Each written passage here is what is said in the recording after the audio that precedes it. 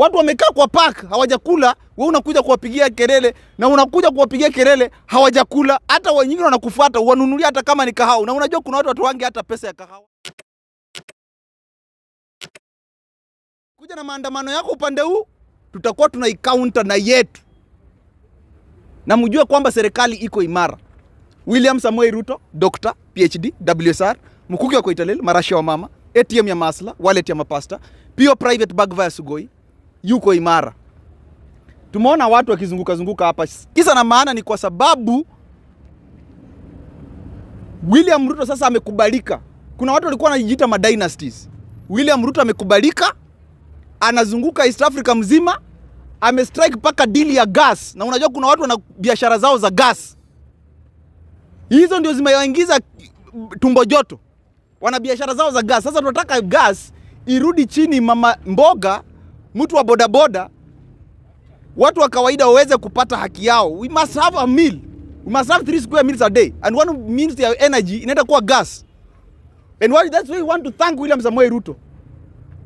Tunataka kumshukuru kwa kwenda Tanzania. Na amezunguka Kampala. Amekuwa Ethiopia. Ameingiza huko Safaricom. Nyuma hapo imekuwa ni vitimbi. Sasa tumemuona, watu wameanza kuona sasa hapa CBD ndio wanaweza kuja kuanza kutengeneza maandamano na kuja kutengeneza mikutano. Mikutano imeanza kuwa hapa midogo. Hata afadhali mkutano ya chief. Mkutano wa chief hapa Ngara akikuja pale angejaza watu wengi kushinda wale tuliona hapa. Na mzee tulimkataza mambo ya handshake. Tukamwambia usiende handshake. Akasema yeye ataenda handshake. Na unajua yeye anakujanga na hizo ma handshake, anakuja na mpira, akifika kwenye goalpost anapata goalpost imeng'olewa. Akifika kwenye goalpost anapata neti imekatwa. Mara hii alibakishwa na mpira lakini wakatoa hewa. Wakamwambia haya piga, uko nje ya 18 piga. Akashindwa kupiga. William Samoei Ruto akamnyorosha. Tumeambia baba hivi, utarelax mpaka 2027 na but your real chances ziko 2032. 2032. I know uongeangi mambo mengi, kuna watu watasema wewe utakuwa umezeeka sana, lakini hata saa hizi hakuna mengi unaongeanga, ni kama tu vile utakavyokuwa 2032. So utaendelea tu kuongea the same way unaongeanga. Hatutaendelea na hii siasa ya uporojo propaganda. Watu wamekaa kwa park hawajakula, wewe unakuja kuwapigia kelele, na unakuja kuwapigia kelele hawajakula. Hata wengine wanakufuata uwanunulia hata kama ni kahawa. Na unajua kuna watu wangi hata pesa ya kahawa 20 bob. Kama ya Mungu ndio watu wangi waendangi church kutoa sadaka, itakuwa hapa nyinyi mlikuwa mnatarajia mnaenda kupatiwa pesa. So tumesema hivi, UDA iko imara hapa CBD. Kama kuna mtu anadhani kwamba kuna gaps, you are going to see UDA in its full form. Mutaogopa sana. Mutakuwa mnaona nguo yoyote ya yellow mnaitoroka. We are going to counter every demonstration with triple demonstrations. Mutakuwa mnatokea huku na watu wenu watatu, sisi tunatokea huku na Wakenya milioni 1. Tuone nani atatoroka kae kwa nyumba. Haiwezekani. Now people wako kwa biashara zao hapa. Ukitoka hivi na misururi ya magari, unajua you are paralyzing business, creating unnecessary tension. We want to revive the economy. Economy inaibika kwa sababu ya mambo ya handshake. Mnaenda mnasalamiana watu wawili, unaacha Wakenya wote njaa. Haiwezekani. Sasa tumesema hivi, watu wajipange. Wale wanataka kuanza kuleta maandamano hii CBD, we are going to counter you man to man. Mtakuwa mkitokea huku na sisi tunatokea huku. Na tunaenda kuambia President William Ruto, ondokea hii game. Because this one is for adults only. Hii itakuwa mbaya. Hatutaruhusu CBD. Watu watafanya biashara zao. Watu wataenda Grogon. Watu wataenda huku chini. Hapa, kwanza hii barabara hii, it will be a no thoroughfare hii. Mtakuwa mnatuparalyzia business hapa CBD. Now, finally. Siasa ya 2027. Tumeona Deputy President Rigathi Gachagua remain very focused. 2027, what we are trying to advise our brothers in opposition, It should give you an opportunity on how to arrange your house. Because sisi kutu face 2027, I've told you, ondoa. Raila should try his chances in 2032. 2027 mujipange put your house in order. Hatutaki kuona zile vituko mlifanya pale Bomas. Ati mnadhani mnaenda kuingizwa na watu wamebeba marungu pale. Power is not taken that way. Power mlionyeshwa vile inachukuliwanga. Mliona vile Gabo aliwapanga, mkapangwa hapa, mkapangwa hivi. Na wale wanapenda sana maandamano na nini, mkatorokea hiyo vita. Hasa hapo ndio tulijulia kwamba kumba mwezangi fight. So mjipange. 2032 Raila has chances. 2032. But hii 2027 William Samuel Ruto anachukua miaka yake mingine mitano. That is why we are dismissing anyone who wants to bring demonstrations within CBD. Kwamba it is not in good taste. It is not going to be in your favor ikiwa mtajaribu kuleta hapa maandamano. So with those few remarks, I would invite any questions. Lakini mjue hivi kwamba power is going to be protected. Hii ya William Ruto hii tunaenda kuiprotect. Kuna mafamilia fulani zilikuwa zinadhani zitaongoza hii nchi tangu 1963 when we lost independence mpaka milele. Power is going to be protected. Hii ya Ruto hii tutaiprotect sana. Mtakuwa mnaona nguo za yellow mnazitoroka kama kuona simba. Haitaruhusiwa. So I thank you very much. Yes. Yes. Let me tell you this. Genetically modified organisms, watu wamekuwa wakizitumia hapa for so long. And by the way, Raila is an engineer. He knows these issues of science. Genetically modified organisms zimekuwa watu wakikula. Hiyo kuku huwa tunakula. Hizi kuku zenye zinaitwanga kuku pono. Hizi zinakuanga hapo chini zinageuka hivi, zinapiga somersault, zinapiga head springs, zinapiga forward roll, backward roll. Hizo kuku they are genetically modified. Kuna ng'ombe, maziwa yenye tunakunywa mengi ni ng'ombe za grade Ganzi, Aberdeen Angus. Hizo zote they are genetically modified. So there is nothing wrong with GMO. Why some of us are only saying that ichukuliwe some time kidogo? It's because what has been causing food shortage in Kenya, it's because of lack of political goodwill. Shamba iko. Ukirigate hiyo shamba to the north and south of River Tana, na uchukue hao wa Kisii, uchukue hao wa Hindi, uchukue hao wa Kikuyu wenye hawana shamba, they are the tribes zenye hazina shamba Kenya, upeleke huko juu ni irrigated land. Kama Mkisia anazalisha Kenya mzima miwa na eka moja ya shamba, ukimpatia 100 acres huko juu, njaa itaisha. Irrigation. And because William Samuel Ruto is a man of agriculture, we are saying that political goodwill sasa iko. Aanze kuruhusu watu wapande huko juu. People should move up north. Land tenure system lazima ibadilishwe. Tutafute hao watu wetu, tutafute ndugu zetu wa Kikuyu kutoka Murang'a, Nekemreda, Atureda, Mogoda, Oka. Tunaenda nao up north. Shamba ndio hii. Uone kama watalisha hii nchi. Kile kitu imekuwa shida yetu ni kwamba kuna lack of political goodwill. Otherwise GMO ziko, people have been using them, and kuna watu wanazungumzia mambo ya cancer, ati GMO italeta cancer. Listen to me, my brothers. There are many other mutating factors to the cell that can cause a cancerous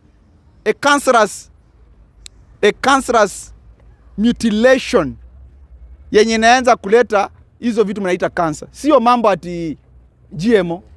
Sio GMO. What does prostate cancer have to do with GMO?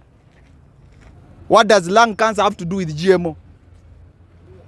So what I'm trying to tell you is this, that GMOs itakuwa, but what we are only telling you is that kuna area fulani hazitakuwa na GMO. Utakuwa unaenda supermarket, unapata hii ni chakula ya GMO, na hii ni shelf yenye sio GMO. It is up to you to choose. Awende kuja kupush down your throat GMO. I think that is one thing people don't understand. Shelf zitakuwa mbili. Kama sasa hizi kuna kuku ya kienyeji na kuna kuku ya broiler. wewe pesa yako ninakupelekanga kwa ile ya kienyeji. Hata mayai, kuna mayai ya kienyeji, mayai ya broiler. Pesa yako ninakupeleka kwa ile mayai utaweza. So issues za GMO waachane nazo. I know Raila Amolo Odinga is a scientist, he should be knowing that better. Kwamba GMO has no problem. GMO has no problem. So let him look for other things to talk about, because, and by the way, if he keeps quiet, he'll make more relevance. Ata watu watamtamani sana kumsikia. Lakini sasa ukianza kuingilia mambo kama hizi za GMO, mambo yenye iko obvious. These are issues that have been discussed 1,000,001 times. He should not, and by the way, anataka kuniambia angekuwa State House, yeye angepinga GMO. Angepinga GMO? Angepinga. There is a food shortage world over. Vita ya Ukraine tu imeleta hiyo mambo ikaanza kujulikana kwamba there is a food shortage world over. Ukapata hiyo inflation ikapatikana dunia nzima. So the world is now moving towards zenye mna manufacture, mna produce vyakula haraka za bei rahisi. Na pia zina madini yote. Kwa sababu kama ni hiyo kuku itakuwa na madini yote unahitaji. Sio kuku tu, sio maziwa tu. They are genetically modified, upate viungo vyote unahitaji mwilini. That is the purpose of it. However, in Kenya we were not ready for it because of one reason. It used to be bad governance. Unapata familia moja ndio inaleta sukari. Familia moja ndio inapeleka avocado China. Familia moja iko kwa maziwa. Na wananunulia maziwa mkulima bei ya madharau.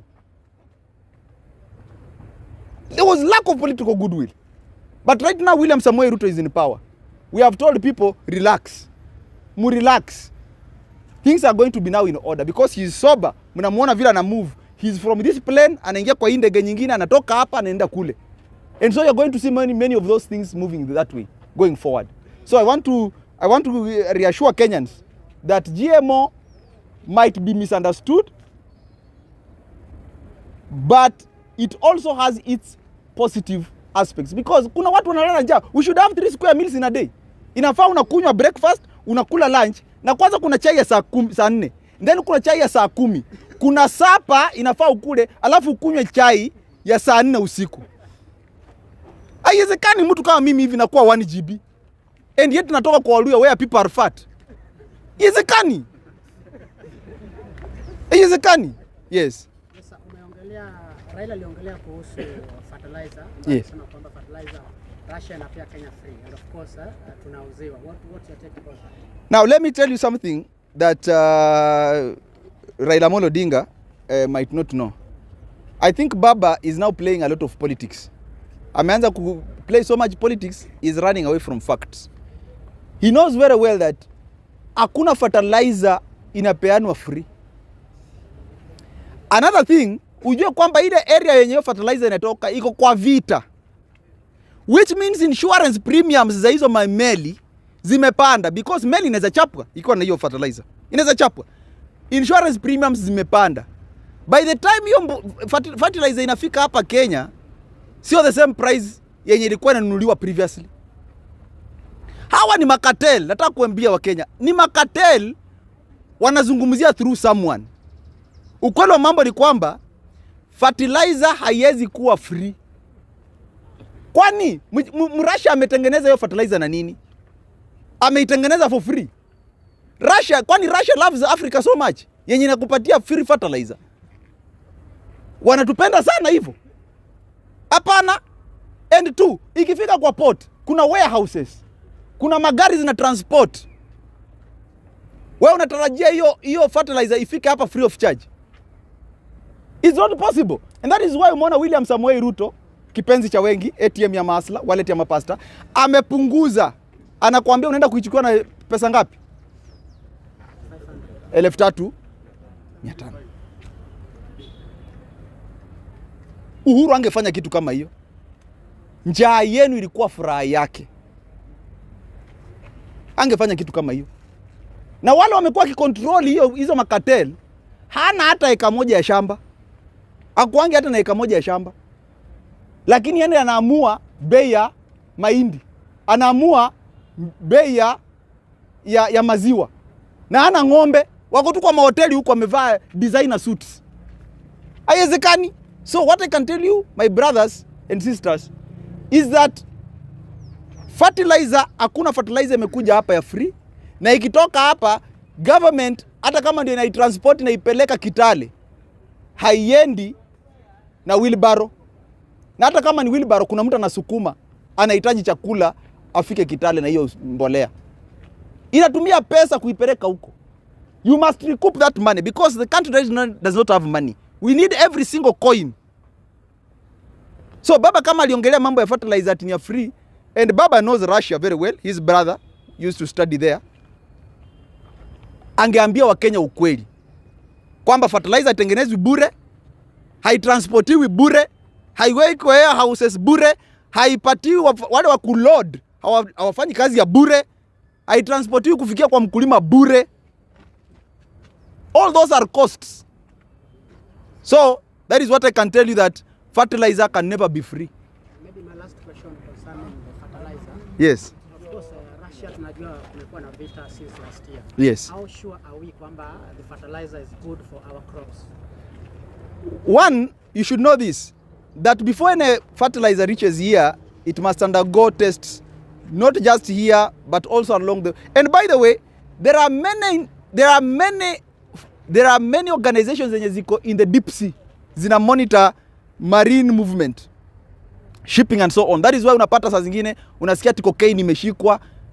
Juzi British Navy imeshika crystal meth, huge tons za crystal. Kwa nini? They monitor whatever is being trafficked in the high seas. If that fertilizer ingekuwa mbaya, definitely it would have leaked kwamba hii fertilizer ni mbaya. And by the way, there are standards zenye na meet kule. There are standards in a meet ikifika hapa, Kenya Bureau of Standards, which Raila Amolo Odinga knows very well, because he was one of the people who founded that KBS, Kenya Bureau of Standards. He knows kwamba lazima zinapitia tests kujua kwamba hii mbolea ndio inahitajika hapa. Because by the way, our soils are very different from the soils up north, those sides of Russia and so on. Our soils are very different. So they create some of these fertilizers bearing in mind the pH of our soils and so on. Ikikuja hapa na isimit standards, William Samoei Ruto is a scientist, angewaambia warudishe. Na alikuambia akiwa Bomas kwamba yeye kama scientist wanafanyanga tests wakati wa BBI, akiwatakataza kwamba BBI ni mbaya. Hao ni lawyers, wakaharakisha vitu. Yeye akasema wanafanyanga tests, hao wao wanafanya tests. So these tests have confirmed our fertilizer is good. You are going to expect a bumper harvest. By the way, you don't subsidize consumption, you subsidize production. Uko chini. And that is what William Samoei Ruto, kipenzi cha wengi, marashi wa mama, ATM ya masla, amefanyia Wakenya wake. Yes.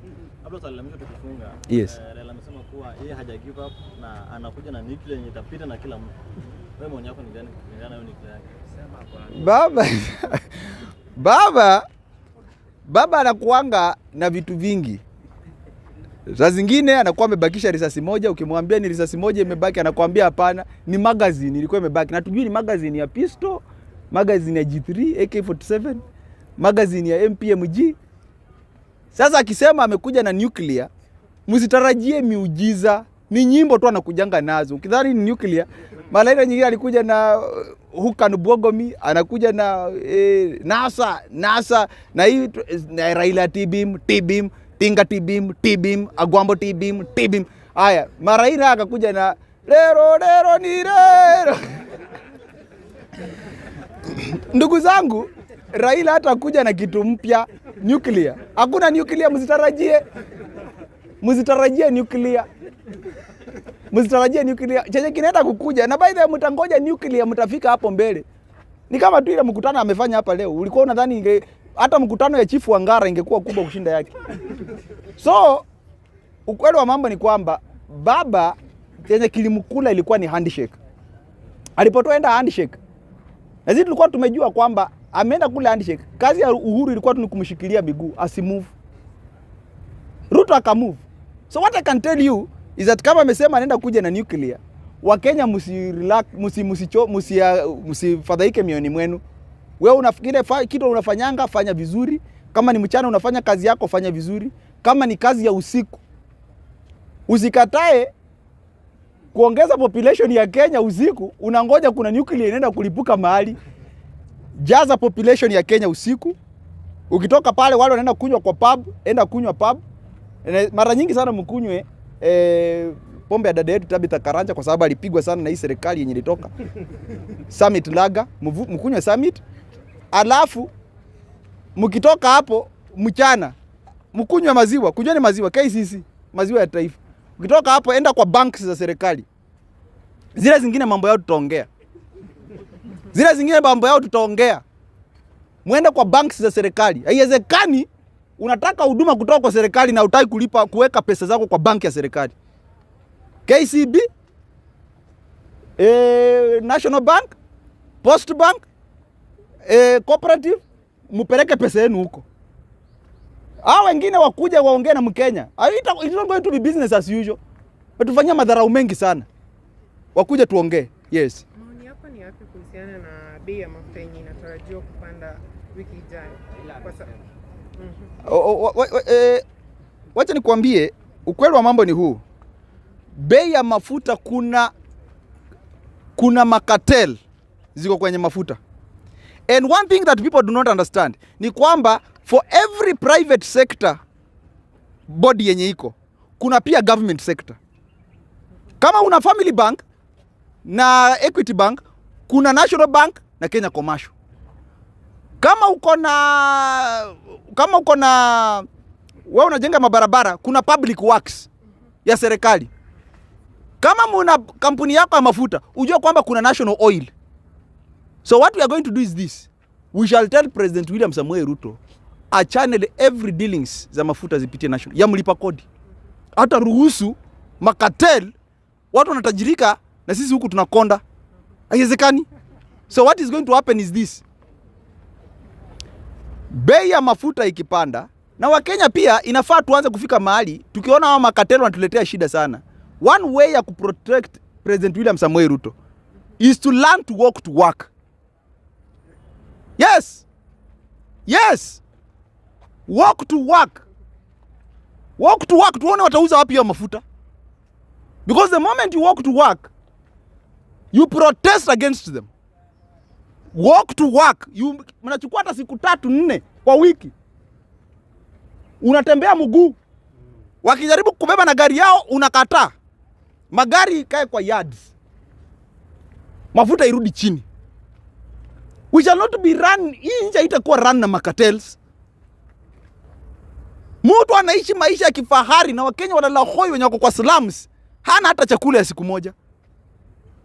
Hata wezi za kwa sababu unaishi kwa nyumba ya mabati. Mtu akipita huku nje akiguza ya mabati, hata kama uko kwa hiyo wakati ya harakati ya kutaka kuanza kuzaa, unasikia kwa mabati. Wezi za kila kitu inakuwa nambo.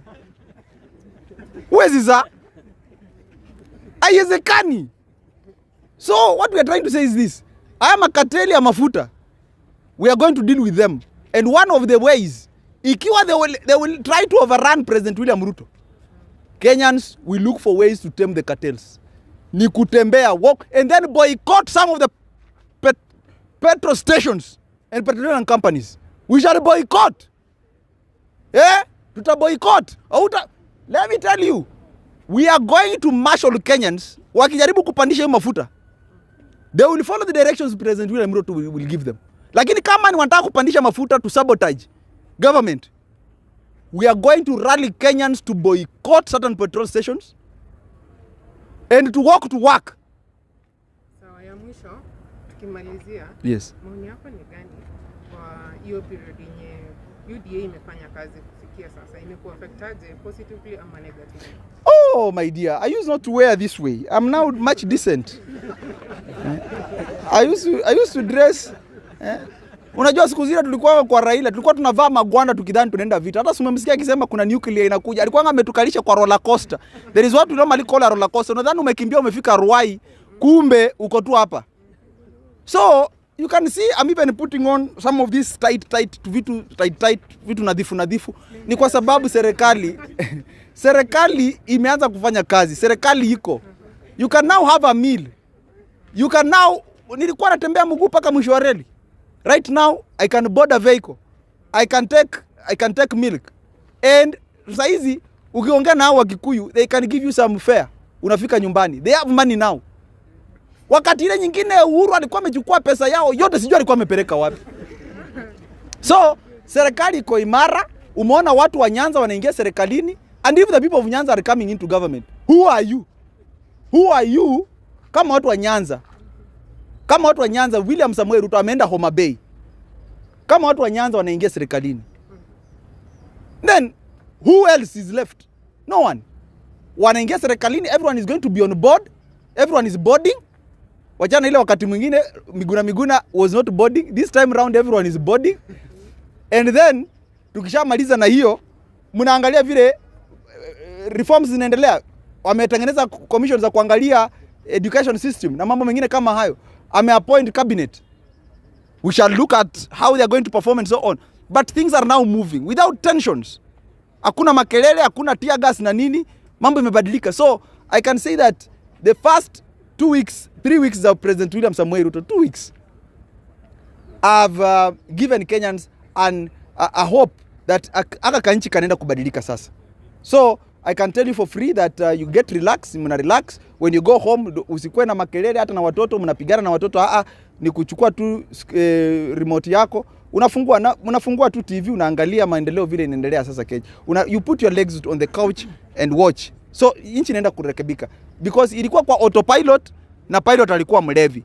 So saizi serikali iko kwa mikono ya mtu ambaye hakunywi pombe, lakini pia tumemruambia aruhusu pia walevi State House because ni ya nchi. State House ni ya nchi, isikuwe tu ni ya maombi throughout 24/7. Walevi pia wanaweza ingia wakunywe nini, wakishamaliza wanatoka hivi polepole mtaratibu. Mimi si mlevi lakini nawatetea. Asante. Okay, please. Na hata wale wapinzani wa naibu wa rais, wale ambao wanajaribu kusema mimi nataka kuwa rais, wanajaribu, si ndio? Tumewaona siku hizi, tumewamisi sana by the way. Kwanza wako kona gani? Because tumezoea tukiona wanaitwa State House Mombasa, mara wamepandishwa machopa wameenda Nairobi. Siku hizi wamepotelea wapi hapa katikati? Mmeshawaona nyinyi?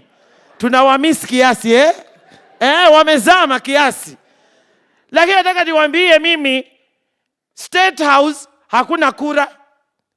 Mutaitwa na mwenye State House kwa sasa, lakini mkitoka pale kura ziko hapa. Unaona hapa? Hapa ndio kura ziko. Kwa hivyo mimi nataka nisikie, sijui nani wale watu wa nani wanajiita nini wale? Oka. Watu wa Oka sasa ni kama wanavunjika, hatuwaelewi, lakini hivyo ndivyo Mungu anatenda. Tunawaombea kila siku Mungu atatawanya katika njia 7 tofauti, na ameshaanza kuwafanyia kazi.